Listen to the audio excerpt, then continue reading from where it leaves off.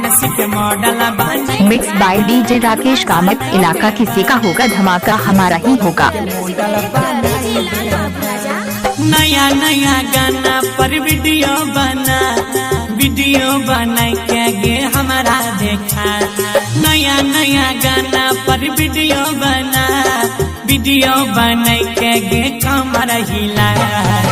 बनसी के मॉडल बनाई देब संग में गाना बनवाई देब। मार्केट में बाजावाई देब, सुन लेगे संग में वीडियो बनवाई देब। नया नया गाना पर वीडियो बना के तनी हमारो देखा। हे गई नया नया गाना पर वीडियो बना के तनी हमारा देखा।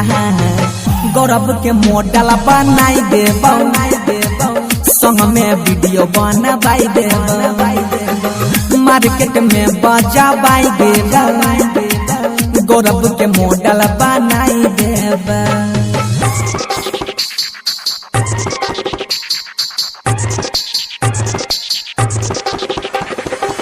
बनसी के model mix by DJ Rakesh Kamat. इलाका किसी का होगा, धमाका हमारा ही होगा।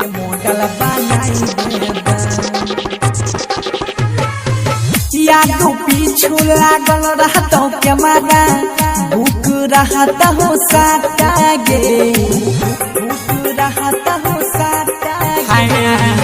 बनसी घर में सटल रहबे डार्लिंग, भूख रहता साटा गे। स्टेज पर जाके गर्दा रही है, पूरे मिथिला में नाम कमाई है। सुपर छौसीन उठा लाली लगा, बीट हो बीट देखे कम रहिला। बनसी के मॉडल बनाई देब संग में वीडियो बनवाई देब। गौरव के मॉडल बनाई देब संग में वीडियो बनवाई देबोगे।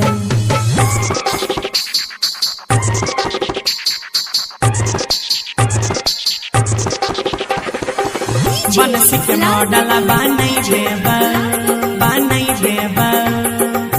गौरव के मॉडल बनाई देब।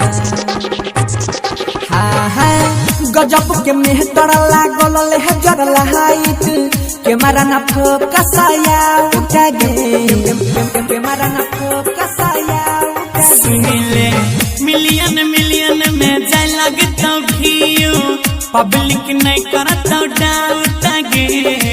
छौड़ा सब संग में फोटो खिंचाइता, व्हाट्सएप पर स्टेटस लगाइता। अरुण मोनिस से बात चला, नया नया एल्बम के पता लगा। गौरव के मॉडल बनाई देब संग में वीडियो बनवाई देब।